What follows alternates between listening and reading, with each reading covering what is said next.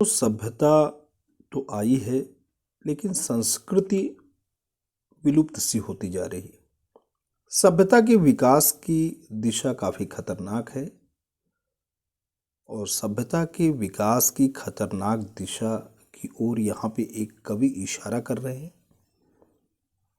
हम आपके सामने दोस्तों लेके आए हैं एक बहुत ही खूबसूरत कविता, और कविता का शीर्षक है यमराज की दिशा। इस कविता के माध्यम से कवि यहाँ कहना चाहता है कि जीवन विरोधी ताकतें चारों तरफ फैलती ही जा रही हैं। जीवन के दुख दर्द के बीच जीती माँ अपशकुन के रूप में जिस भय की चर्चा करती थी, अब वह सिर्फ दक्षिण दिशा में ही नहीं है, सर्वव्यापक हो चुकी है। सभी तरफ फैलते विध्वंस, हिंसा और मृत्यु के चिन्हों की ओर इंगित करके कवि इस चुनौती के सामने खड़ा होने का मौन आह्वान करता है। पहले क्या था, माँ एक दिशा की ओर कहती थी कि आपको सिर करके नहीं सोने हैं, और वो दिशा दोस्तों होती थी दक्षिण की दिशा। इस दिशा ज्ञान से कम एक अज्ञात, एक रहस्यमयी भय की ओर जो इशारा होता था अपशकुन का, उससे जो है बच्चा या माँ एक अज्ञात, रहस्यमयी, अपशकुन या नकारात्मक जो ताकतें थी उसकी ओर इशारा करती थी कि दक्षिण दिशा की ओर नहीं सोना है। इससे जो कवि है और ये जो यहाँ पे रचना है, उसमें कवि ये पाता है कि दक्षिण दिशा का ज्ञान तो हो ही गया, लेकिन इस बात का भी हमें संज्ञान हो गया कि दक्षिण दिशा में चूंकि सोने से, क्योंकि जब व्यक्ति की मृत्यु हो जाती है तो ही उसको उत्तर दक्षिण की ओर, यानी उसका सिरहाना जो है दक्षिण दिशा, उत्तर दक्षिण दिशा की तरफ किया जाता है। जैसे कि आप सभी परिचित हैं, जब डेथ होती है तो जो डेड बॉडी होती है उसकी जो डायरेक्शन होती है, वो नॉर्थ साइड में होती है, और उसका लेग साउथ जो डायरेक्शन है उसको फेस करता है। तो यहाँ दोस्तों ये बात थी कि माँ हमेशा इशारा करती रही कि साउथ डायरेक्शन में नहीं सोने हैं।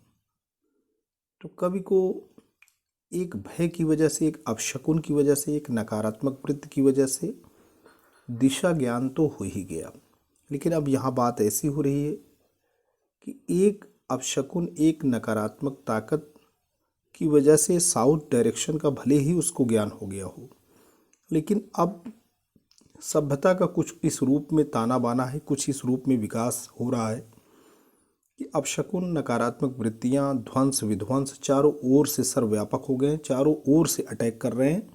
ऐसी कंडीशन में ये जो अटैकिंग पावर हैं, नेगेटिव टेंडेंसीज हैं, इसका डट के मुकाबला करना है, तो मौन आह्वान कवि यहाँ पे कर रहा है। तो प्यारे बच्चों, दोस्तों, श्रोताओं, हम इस कविता यानी यमराज की जो दिशा है उसको आपके सामने तो पाठ करेंगे, शेयर करेंगे, लेकिन इससे पहले हम आते हैं, देखते हैं इस कविता के जो रचयिता हैं, जो कवि हैं, वो आखिर कौन है। तो इस कविता के जो रचयिता हैं, कवि हैं, वो चंद्रकांत देवताले जी हैं। चंद्रकांत देवताले का जन्म सन 1936 में गांव जौलखेड़ा, जिला बैतूल, मध्य प्रदेश में हुआ। उच्च शिक्षा इंदौर से हुई तथा पीएचडी सागर विश्वविद्यालय सागर से। साठोत्तरी हिंदी कविता के प्रमुख हस्ताक्षर देवताले जी उच्च शिक्षा में अध्यापन कार्य से संबद्ध रहे हैं। देवताले जी की प्रमुख कृतियां हैं हड्डियों में छिपा ज्वर, दीवारों पर खून से, लकड़बग्घा हंस रहा है, भूखंड तप रहा है, पत्थर की बेंच, इतनी पत्थर रोशनी, उजाड़ संग्रहालय आदि। देवताले जी अनेक पुरस्कारों से सम्मानित हुए। माखनलाल चतुर्वेदी पुरस्कार, मध्य प्रदेश शासन का शिखर सम्मान। उनकी कविताओं के अनुवाद प्राय सभी भारतीय भाषाओं में और कई विदेशी भाषाओं में भी हुए हैं। देवताले की कविता की जड़ें गांव, कस्बों और निम्न मध्यम वर्ग के जीवन में हैं। उसमें मानव जीवन अपनी विविधता और विडंबनाओं के साथ उपस्थित हुआ है। कवि में जहाँ व्यवस्था की कुरूपता के खिलाफ गुस्सा है, वहीं मानवीय प्रेम भाव भी है। वो अपनी बात सीधे और मारक ढंग से कहता है। कविता की भाषा में अत्यंत पारदर्शिता और एक विरल संगीतात्मकता दिखाई देती है। तो प्यारे बच्चों, दोस्तों, आते हैं कविता पे। माँ की ईश्वर से मुलाकात हुई या नहीं, कहना मुश्किल है, पर वह जताती थी जैसे ईश्वर से उसकी बातचीत होती रहती है और उससे प्राप्त सलाहों के अनुसार जिंदगी जीने और दुख बर्दाश्त करने के रास्ते खोज लेती है। माँ ने एक बार मुझसे कहा था, दक्षिण की तरफ पैर करके मत सोना, वह मृत्यु की दिशा है और यमराज को क्रुद्ध करना बुद्धिमानी की बात नहीं। तब मैं छोटा था और मैंने यमराज के घर का पता पूछा था। उसने बताया था, तुम जहाँ भी हो वहाँ से हमेशा दक्षिण में। माँ की समझाइश के बाद दक्षिण दिशा में पैर करके मैं कभी नहीं सोया और इससे इतना फायदा ज़रूर हुआ, दक्षिण दिशा पहचानने में मुझे कभी मुश्किल का सामना नहीं करना पड़ा। मैं दक्षिण में दूर दूर तक गया और मुझे हमेशा माँ याद आई। दक्षिण को लांघ लेना संभव नहीं था, होता छोर तक पहुँच पाना तो यमराज का घर देख लेता, पर आज जिधर भी पैर करके सो वहीं दक्षिण दिशा हो जाती है। सभी दिशाओं में यमराज के आलीशान महल हैं और वे सभी में एक साथ अपनी दहकती आंखों सहित विराजते हैं। माँ अब नहीं है और यमराज की दिशा भी वह नहीं रही जो माँ जानती थी। तो प्यारे बच्चों, यमराज की दिशा भी वह नहीं रही जो माँ जानती थी। पहले तो माँ अपशकुन नकारात्मक ताकतों का केवल एक ही मार्ग जानती थी कि दक्षिण दिशा में पैर करके नहीं सोना है, उत्तर की तरफ सिरहाना नहीं करना है, क्योंकि ऐसा जब लोग मर जाते हैं तो जो मृत्युशैया पे सोई हुई अर्थी होती है, डेड बॉडी होती, उसी के साथ होता है, अपशकुन होता है।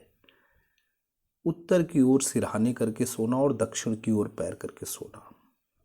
लेकिन अब व्यवस्था की विद्रूपता और कुरूपता तो देखो कि चारों ओर मृत्यु के देवता अपनी दहकती आंखों के साथ ताक रहे हैं।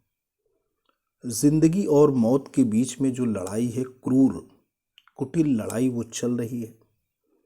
चारों दिशाओं में मौत के जो बादल हैं वो छाए हुए हैं और इस विद्रूप व्यवस्था, इस कृत्रिम और जटिल व्यवस्था के साथ हमें लड़ने हैं, ऐसा कवि संदेश दे रहा है।